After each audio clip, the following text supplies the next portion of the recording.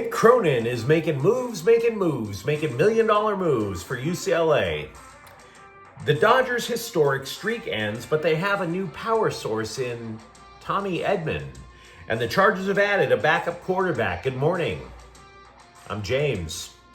This is your daily dose of sports and snark for the greatest sports city in the world, Los Angeles. This is the faithful Angelenos morning report.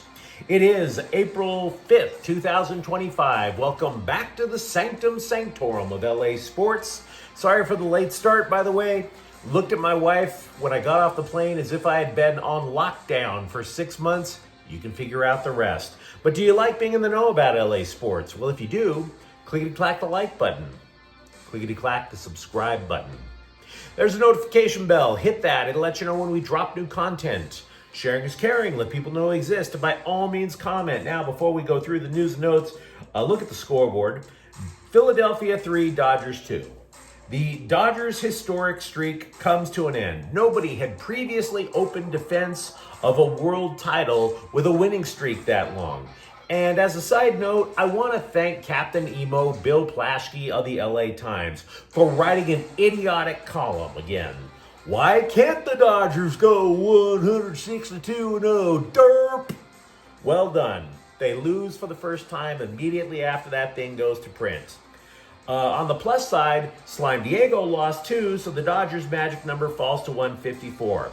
Also on the scoreboard, Lakers 124, New Orleans 108, Clippers 114, Dallas 91. As for today's games, Dodgers are at Philadelphia, the game's at 1. Edmonton is at the Kings at 1. This could all but clinch home ice in the first round of the playoffs should the two meet in the playoffs for a fourth consecutive year. The Kings currently lead the Oilers by 2 points, and both of them have 7 games to go. Dallas is again at the Clippers at 7:30. The Galaxy, it is Galaxy game day. They're at Real Salt Lake at 1:30. LAFC is at Houston at 5:30. And now, finally, let's get to the news. UCLA addressed its disturbing lack of height by adding 2 post players and a wing Friday. Earlier this week, we were talking about how the Bruins lost 7'3" center Ade Mara to the transfer portal when it was pretty clear that Mara was going to be a starter for next year's team. Now, had the void been left unfilled, the Bruins would have looked like a bunch of pipsqueaks out on the court. The tallest player they had returning from the starting lineup was only 6'9". Xavier Booker, on the other hand, is 6'11". He's coming from Michigan State, which means he comes with a pedigree. He was once considered the 11th best prospect in the nation, and as we mentioned, did play for Tom Izzo over in Michigan State, played in 60 games, but he could not consistently crack the starting 5. He didn't even play for the Spartans in their last 3 games in the NCAA tournament. So let's be real about this. The guy does come with baggage. You would think he has a good shot, though, over at UCLA because Cronin loves defense and Booker is a rim protector. Steven Jamerson, also on the way from San Diego, but to be frank, he looks more like a reserve because I haven't seen any evidence that suggests he could start for UCLA. And by the way, Michigan State up here, you have to be reminded that the University of San Diego actually exists. Now, as for somebody who could attack from the wing, Jamar Brown is a possibility, but he's played at smaller schools. So I don't know if he's going to start, right? It's a big day for Cronin. Let's not downplay it too much. But the program lost 6 players to the transfer portal. That plus the players who have lost the eligibility, and UCLA still has 5 openings on their roster. So it's a big day. Let's not get it twisted. But let's also not forget that with 5 holes on the roster, it is possible that you could find a starting wing. You could possibly find somebody who could play post. Booker looks like a starter. The other 2, I'm not so sold on. You let me know what you think in the comments thread. Tommy Edman. slugger. Who the hell saw that coming, right? The dude has 5 home runs so far this season, which is tied for most in the National League. What?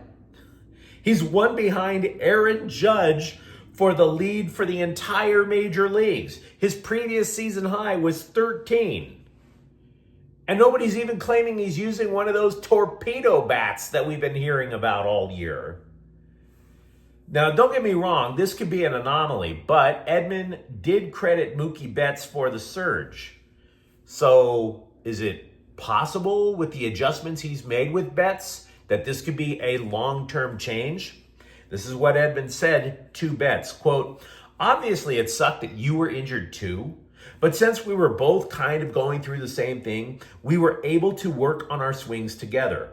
I know you showed me a few really good things about my swing early on that kind of helped me out and helped drive me through the season," unquote. Now look, nobody's expecting him to keep the pace, right?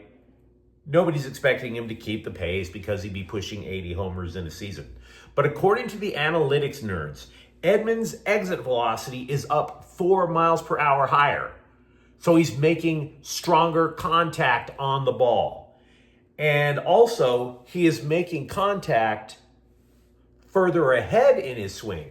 So it's not like he's golfing at it in the back part of his swing. He's actually driving through it right in that so-called sweet spot. So it's possible, not saying he's going to get 80 home runs, it's possible that it's sustainable and will provide the Dodgers yet another power source. Also with the Dodgers, Tony Gonsolin threw 35 pitches in his first rehab start of the year Thursday for Oklahoma City. That was about 1 2/3 innings. They were shutout innings. He allowed a hit, a couple of walks. He was the headliner Thursday night of 3 Dodger pitchers on rehab. Evan Phillips also pitched an inning. He allowed a run. Landon Knack followed that up with a 78-pitch relief appearance. So them injured Dodgers, they be getting their work in. The Chargers have added a new backup quarterback, former 3rd overall pick Trey Lance, last seen stinking it up in Dallas. Lance is a case study as why you should not put any faith in mock drafts. For reasons I will never understand. He was super high on everybody's draft boards, right? And yet, he got that high despite playing for North Dakota State. Did you have to learn that there was such a thing as North Dakota State? Did you have to remember that North Dakota is a state? When Donald Trump jokes about making Canada the 51st state, do you reflexively think, bruh, is Canada going to be another North Dakota? And if so, why would we want another North Dakota? What's all this talk about Canada being a state? Fix the states we already have. You have to be reminded that North Dakota exists. Meanwhile, the 49ers, they took Lance with the 3rd overall pick with the idea that he would be the quarterback of the future. And then they totally lucked out because Lance stunk up the joint. They totally lucked out because Mr. Irrelevant Brock Purdy took the reins. So now Lance is a Charger. 3rd on the depth chart. Now, if you're a Charger fan, you might be crying in your beer. But I will say this, in his defense, can he possibly be worse than Easton Stick? Just saying. ESPN reported that 3-time Lakers center Dwight Howard has been elected to the Basketball Hall of Fame. Now, Howard does have some bona fides. He was an 8-time All-Star, All-NBA 8 times, a 3-time Defensive Player of the Year, an NBA champ with the Lakers once, and he won an Olympic gold medal. And the reason I am not giving him any more props is because he was just as much of a headache to the Lakers as he was a benefit. Does anybody really look back fondly on any of the 3 Dwight Howard eras? Because when he first came to the Lakers back in 2012, oh, he was going to be part of the franchise sustaining excellence. Can't miss. What a great idea. And he just basically stepped on every rake in the Home Depot. Not just every Home Depot, every Lowe's, every True Value hardware store. Ace is a place with a helpful hardware man. And there's Dwight Howard stepping on every rake in that place as well. Dude never developed a post game. And instead of staying in LA, he thought his poop didn't stink, and so he wound up playing for 6 other NBA teams. This guy had a chance at being an all-time great, because if he had stayed in LA, he could have been mentored by Kareem, he could have been mentored by all these great centers all across LA. No, didn't like it, so whatever. Granted, his return got the Lakers a ring, but he wasn't the leader. That was LeBron and Anthony Davis. He had a shot at being an all-time great. His entire career is one of convenience, where he just rested on his laurels being 7 foot tall. He would only return to LA when it was convenient for him, and vice versa, convenient for the Lakers. So that explains his ring, but it also explains why Kobe Bryant called him soft. So welcome to the Hall of Fame, bruh. And we all move on with our lives. USC running back Amarian Peterson has entered the transfer portal. The redshirt sophomore only scored 1 touchdown during his time with the Trojans. The running back room is just loaded at Heritage Hall. He was just SC's 3rd stringer last year, right? And even though Woody Marks is gone because his eligibility is done, the Trojans added 2 more backs in the portal. So, okay, Peterson's leaving. Totally can't say that I blame him. Not trying to clown the guy. You do want to get snaps. He simply wasn't going to get it with SC. I think it's a little premature to say these things after just 3 matches for Angel City, but sporting director Mark Parsons is saying forward Alyssa Thompson is the best player in the league so far. She scored twice in her first 3 matches. She's just 1 off the league lead. And of course, Angel City, they've played 3 matches. They've got to win, but they haven't lost yet, which for Angel City is like Dodger results, right?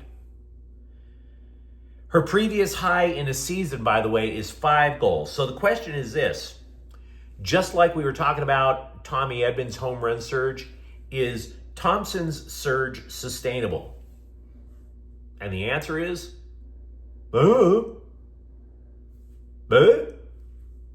It goes like this. She's 20. U.S. women's national team coach Emma Hayes thinks really highly of Thompson, saying she's a, quote, great 1v1 specialist, unquote. But all of that begs the question, did the new regime, the new front office over at Angel City, did they unlock something to get Thompson more one-on-one opportunities? Now, if they did, and those opportunities keep popping up, then her start, and the best start in Angel City FC history, can be sustainable. If the opponents adjust and limit Thompson's capabilities, then the whole thing's an aberration and it just vanishes. But you let me know what you think in the comments thread. Talk to me, for example, if you're a UCLA fan. How stoked are you with the work to add through the transfer portal? And for that matter, what do you think about the Chargers' new 3rd string quarterback? Or if Tommy Edman is now going to be the next great power hitter in Dodger lore? And if you enjoyed the content, don't forget to subscribe to Faithful Angelenos. We're talking LA sports every single day. Thank you for watching. I'm James, and we'll be back tomorrow. Faithful Angelenos is a Kian Corte El Queso production. Take care.